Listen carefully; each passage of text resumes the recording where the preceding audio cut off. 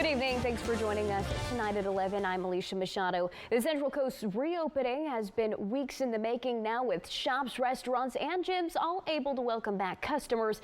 But life isn't completely back to normal, and for many, the damage was already done by months of closure. As KION's Shannon Longworth reports, one Santa Cruz business is closing its doors for good.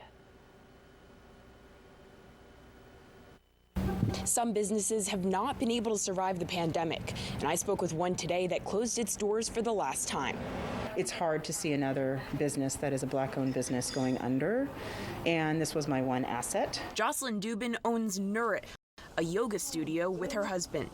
They spent Saturday selling off the last of their furniture, books, and yoga mats because they're closing for good. It was important because it served thousands of people and helped people to realize that they need to put their health first.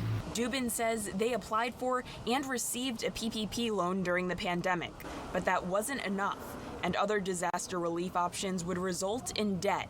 And even though their business is free to return, restrictions on small group fitness classes limits their revenue. They say they wouldn't be able to pay off that debt over the next year.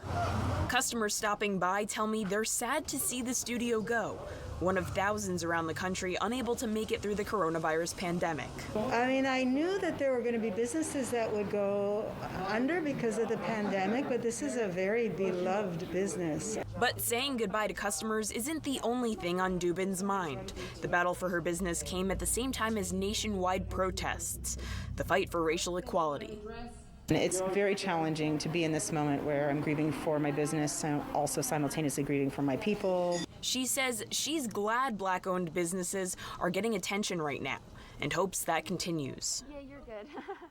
While businesses are reopening, it remains to be seen how many of them will be able to sustain themselves under these new restrictions. And according to Yelp's economic impact report, 41% of the business closures listed on their site since March 1st are permanent closures.